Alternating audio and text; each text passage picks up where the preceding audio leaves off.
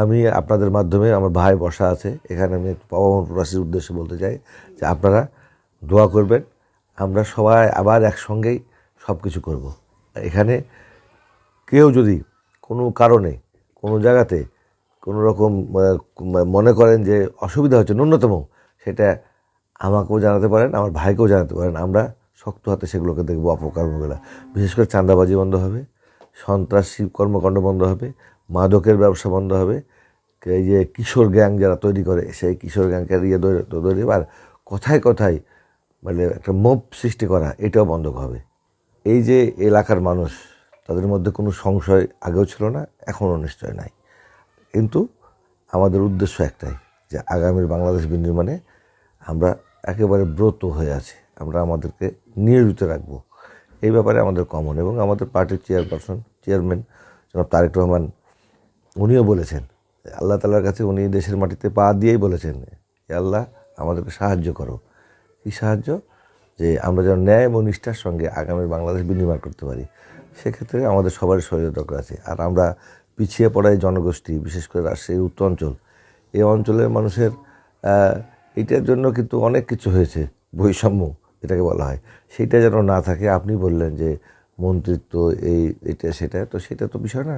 বিষয়টা হচ্ছে আমরা সব কিছুতে আমাদের এইখান থেকে ম্যাক্সিমাম জিনিসই হচ্ছে গোটা বাংলাদেশের মানুষ ব্যবহার করে, কৃষি পণ্য থেকে শুরু করে, তারপরে যে আমরা যে আমাদের খাদ্যদ্রব্য সব, মাছ, গরু, তারপরে হচ্ছে মুরগি, ছাগল, তারপরে হচ্ছে যে এই যে বিভিন্ন শস্য, এগুলো আমরা সংরক্ষণ করার আমাদের সেই রকম ব্যবস্থা নাই।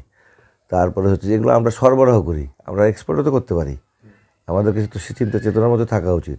তো আর বিশেষ করে অবকাঠামোগত উন্নয়ন যেগুলো, যে ভাই বললেন একটা কথা, যে আমাদের শিক্ষানগরীকে প্রতিষ্ঠা করতে হবে। তো টোটাল পবার পেটের মধ্যে হচ্ছে মহানগরীটা, আর হচ্ছে শুধুমাত্র বাঘা বাদ দিয়ে বাকি 9টি উপজেলার মধ্যে 7টি উপজেলার টাচেই হচ্ছে এই পবা। তার মানে হচ্ছে গোটা রাজশাহী জেলা এবং মহানগরের আদলে সাজাতে হবে এই ইয়াকে, এই আসনটাকে, পাওয়া মন্ত্রটাকে। তাহলে সেক্ষেত্রে তো একা একা কী হয়, সবার সহযোগিতা লাগবে। ইনশাল্লাহ যাদের অভিজ্ঞতা, ভাই চেয়ারম্যান ছিলেন, অত অভিজ্ঞতা আছে। আর বিএনপি যখন যখন ক্ষমতায় এসছে, জোট যখন যখন ক্ষমতায় ছিল, তখন তখন কেবলমাত্র ডেভেলপমেন্ট হচ্ছে, এর আগে তো এরপর হয়নি। না হওয়ার কারণে হচ্ছে ওই বৈষম্যতা। ও ধরেই নিয়ে থাকে যে আসলে এই সমস্ত এলাকাতে এর অতীতে যা হয়েছে, বিএনপির বাইরে কাউকে ভোট দেয় না, এরকম চিন্তাভাবনা ছিল, ওই জন্য তারা করে নাই। কিন্তু আমরা তো জোরগতভাবে ছিলাম। এখন আমরা নির্বাচনের সময়তে এটাই তো ঠিক, যে খেলা হবে বলে একদল পালিয়ে যাবে আর একজন থেকে যাবে, তা তো হবে না। তাহলে খেলা হবে। সুতরাং ওই সমস্ত না, আমাদের একেবারে ওই সুলভ মনোভাবটা থাকতে হবে যে এটা জয় পরাজয়ের জন্য এটা একটা নির্বাচন।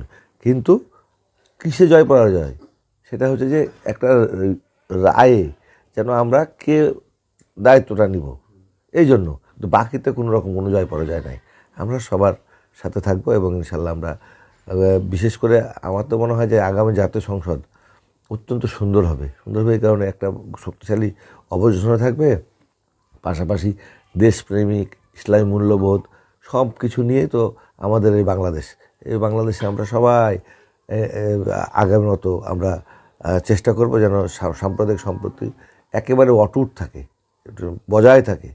এবং আমি আপনাদের মাধ্যমে আমার ভাই বসা আছে এখানে, আমি পাবন প্রবাসীর উদ্দেশ্যে বলতে চাই যে আপনারা দোয়া করবেন, আমরা সবাই আবার একসঙ্গেই সব কিছু করব।